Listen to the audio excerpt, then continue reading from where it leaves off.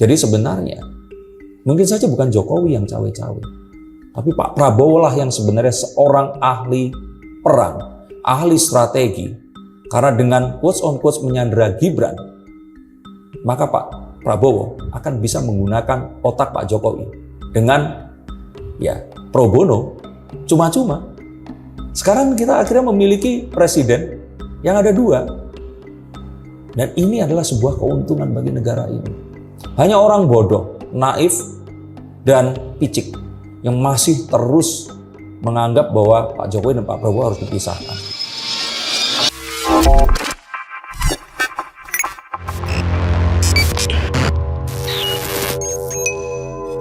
Keriuhan mengenai Bu Mega yang melarang anggota PDIP yang sudah menjadi kepala daerah untuk ikut pembekalan. Ini menjadi riuh. Dan semakin riuh saat wartawan menanyai Pak Jokowi dan minta pendapatnya tentang hal ini. Dan langsung saja, seperti biasa, kalau ada Pak Jokowi, nemesisnya ini pasti Rocky Gerung. Dan dia ikut berkomentar tentang hal ini. Dan maka menurut kalian, mana yang akan lebih benar? Yuk kita akan coba bahas sebentar lagi. Halo Sainsikers, kembali berjumpa bersama saya Denny Darko. Tidak ada yang namanya misteri, yang ada adalah tanda-tanda yang kita semua coba untuk mengerti. Saya ingin kalian memberikan komentar tentang hal yang terjadi ini dan bagaimana bahasan kalian, juga pendapat kalian tentang bahasan saya tentang hal ini berikut ini. Oke, pernyataan Jokowi yang menyebutkan bahwasanya para pemimpin daerah yang dilarang atau mungkin ditahan untuk ikut retreat oleh seorang Bu Mega, ya, ini justru Jokowi menanggapinya dengan pemimpin daerah ini sudah dipilih oleh rakyat dan sekarang bagian dari pemerintahan, apalagi itu juga pembekalan ini mandat dari Pak Presiden, ada undang-undangnya, harusnya dia lebih lebih memilih untuk ikut retreat ketimbang panggilan Commander's Call dari partai, yaitu panggilan Bu Mega gitu. Hingga ada beberapa ahli termasuk Bung Rocky yang mana menilai statement Jokowi ini akan justru berpotensi memecah belah PDIP itu sendiri, karena kekuatan PDIP ini adalah di hierarki dan kesatuan komando yang dimiliki oleh Bu Mega. Gimana menurut Denny Darko?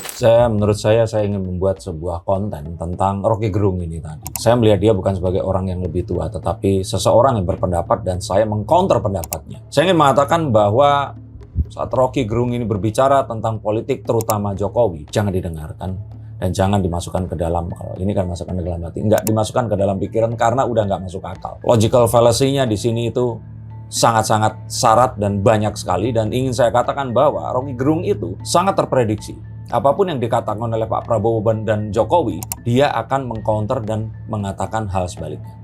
Itu rumusnya itu sama seperti PKS dulu zaman Pak Jokowi. Nah seperti itu, apapun yang diberikan oleh pemerintah dia pasti akan oposisi. Ya mungkin itu sesuatu yang dipilih, tapi artinya ya udah nggak usah didengarkan karena udah nggak masuk akal. Karena saya melihat bahwa hal seperti ini seorang anak SMP itu akan lebih tahu bahwa dalam sistem presidensial, menteri itu ada di bawah presiden dan merupakan pembantu presiden. Pembantu bukan seperti pembantu rumah tangga atau apapun ya, walaupun iya ya sebenarnya, tapi kan konotasinya itu adalah meng-assist presiden. Memang betul dia dipilih dari partai karena memang sistem pemilihan di Indonesia itu melewati kepartaian. Yang memilih ini rakyat, yang terus kemudian melantik ini adalah ya rakyat juga, dibayar oleh rakyat. Terus kenapa dia harus nurut kepada Commander's Call itu tadi? Makanya saya bilang bahwa pendapat Rocky Gerung di sini itu sama seperti pendapat Bu Mega untuk menahan para kadernya tadi. Ditanya nggak siap jawaban, ngaco, blunder. Jawabannya nggak masuk akal saat dia bilang, loh ini malah akan, artinya kan pendapat Rocky Gerung di sini kan, lah Jokowi yang salah, yang benar itu Bu Mega karena kekuatan PDIP adalah komando terpusat, ya betul kan? Itu yang salah.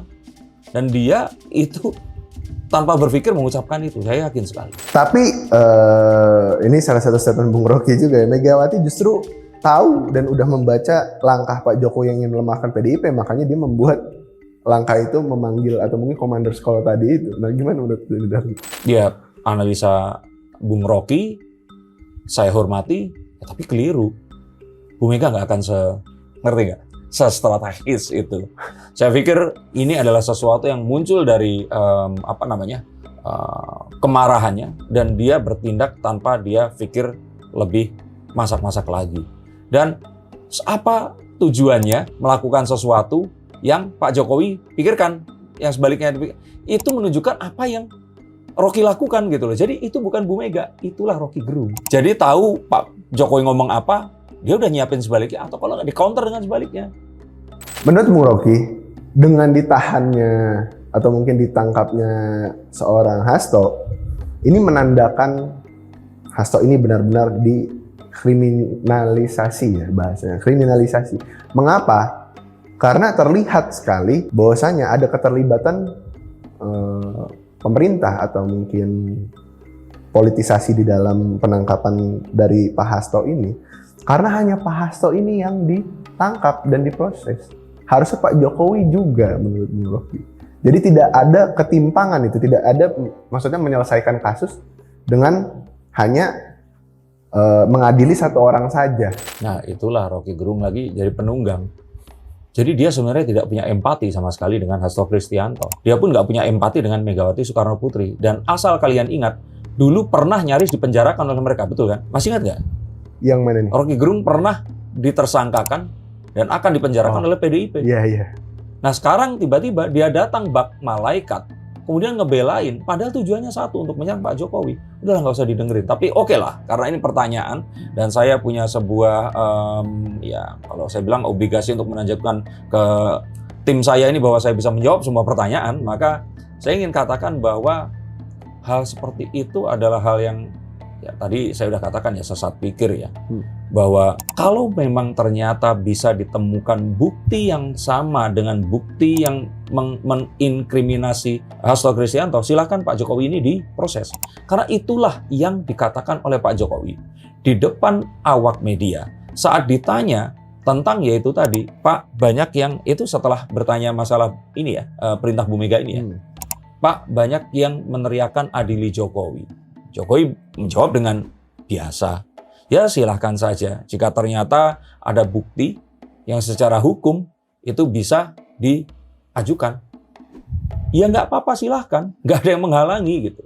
Sekarang itu yang terjadi adalah pemerintah yang mencoba membersihkan semuanya, kalau saya bilang itu mengatur semuanya kembali dengan lebih baik daripada sebelumnya. Ini belum masih 100 hari, itu direcoki. Dan setiap ada apa-apa, langsung reaksinya ini cancel. Kabur dulu aja lah. Indonesia gelap lah.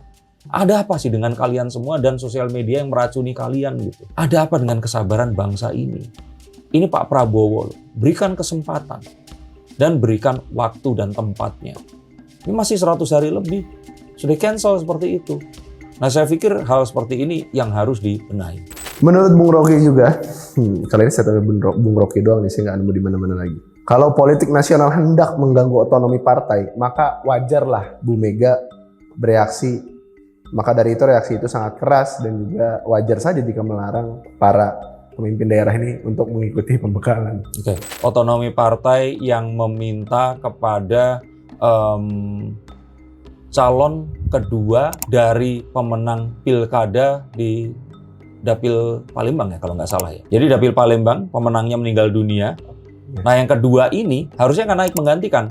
Tapi rumor mengatakan dan diduga ini Mas Hasto mengutus satu orang untuk melobinya saat beliau ini sedang berada di Singapura untuk memberikan kepada Harun Masiku yang ada di peringkat 6. Apakah otoritas partai seperti itu yang mau diperjuangkan? Dan terus kemudian saat itu tidak mau dilakukan, si kader PDIP ini tadi diancam dengan hal-hal yang ya silakan carilah beritanya itu ada di mana-mana. Dan terus kemudian saat ini terjadi, Harun Masiku ini coba untuk dibuktikan melakukan penyuapan. Yang diduga nih suapannya, itu beberapanya itu datang dari Mas Hasto Kristianto ini tadi. Maka ini sudah bukan perkara dalam otoritas partai lagi. Tapi bagaimana oknum di dalam partai ini mencurangi sistem. Ngubah peraturan bukan curang ya. Kalau saya bilang itu sebuah taktik. Mencoba untuk mencurangi sistem dan terus kemudian tertangkap basah. Nah inilah yang coba untuk diluruskan. Dan jangan melihat ini sebagai sebuah hal yang tadi dipilih yang apa, dilabeli, terus dianggap disematkan teori-teori filosofis di situ, dimasukkan ke mulut Rocky Gerung dan tiba-tiba semua mahasiswa yang demo ini langsung kelojotan kegirangan gitu. Ada lagi, tadi kan sempat juga yang saya tanya terkait kalau misalkan pada akhirnya KPK ini menurut Bung Rocky ini terlihat sekali ada keterlibatan politisasi di situ karena juga seolah-olah KPK ini nggak bisa menyelesaikan kasus secara Ya gimana mau menyelesaikan kasus? Orang saat itu siapa partai yang berkuasa? Presidennya dari mana? Kemenkumhamnya siapa? Mikir nggak kalian? Mikir nggak, Rock? Habis itu tapi sekarang giliran kasus ini mau diselesaikan, cuman tercium bau politisasi yang kuat karena pada akhirnya ya Mas Hasto ini diadili, tapi juga Jokowi tidak diadili. Namun di satu sisi juga dari menurut si Bung Rocky ini, kalau memang adanya intensi atau mungkin keterlibatan Pak Jokowi yang dimana dia sangat yakin ada keterlibatan Pak Jokowi dalam kasus penangkapan Pak Hasto ini, berarti menandakan Pak Jokowi ini adalah seperti walaupun sekarang bukan presiden tapi mantan presiden yang masih ingin tetap membalaskan dendam ke PDIP atau melemahkan PDIP. Jadi itu kan mantan yang belum move on gitu. Itu kan teori dan halusinasinya dia. Itu akan terus menjadi halusinasi yang dungu sampai dia bisa membuktikannya. Sama seperti saya. Bisa saja saya berhalusinasi.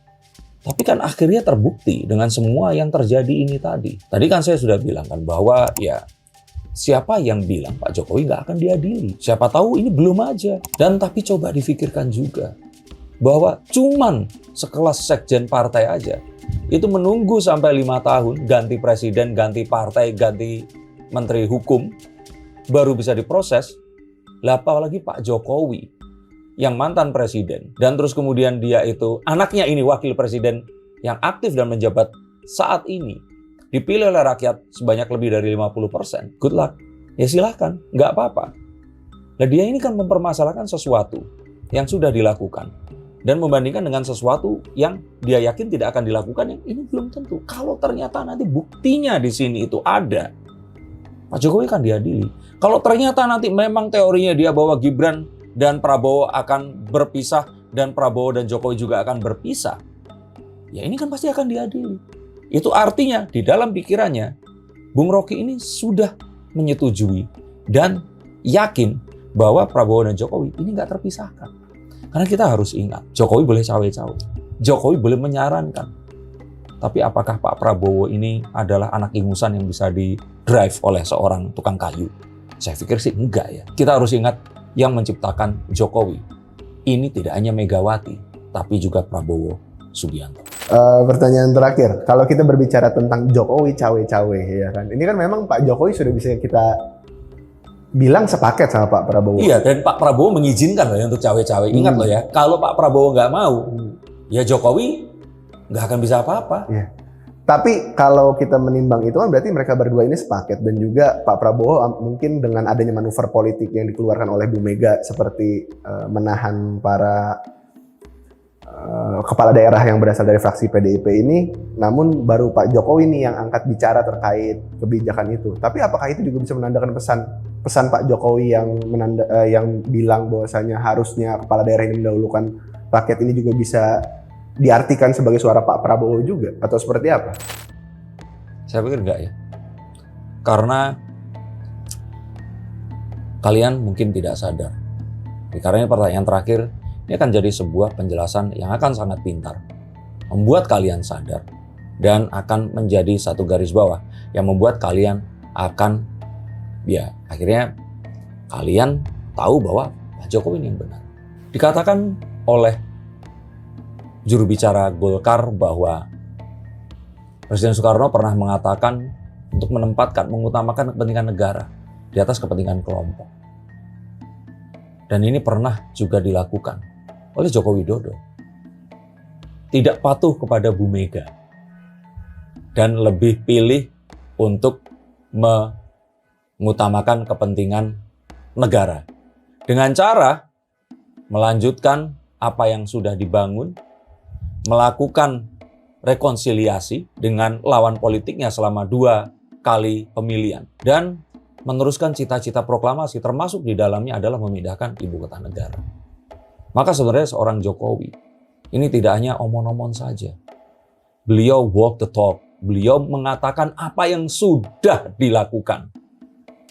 Dia nggak patuh sama Megawati untuk mendukung Ganjar. Dia lebih patuh kepada kepentingan bangsa ini yang harus dilanjutkan.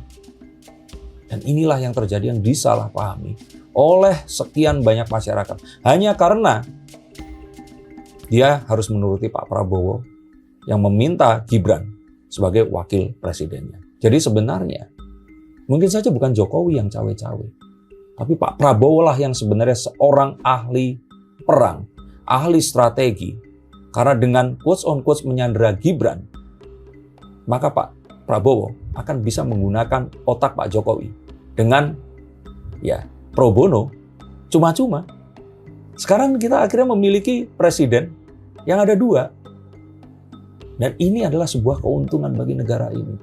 Hanya orang bodoh, naif, dan picik yang masih terus menganggap bahwa Pak Jokowi dan Pak Prabowo harus dipisahkan. Kalau memang iya, buktikan kalian tidak picik dan tidak licik dengan mencarikan kepada kita semua apa dosa-dosa Jokowi.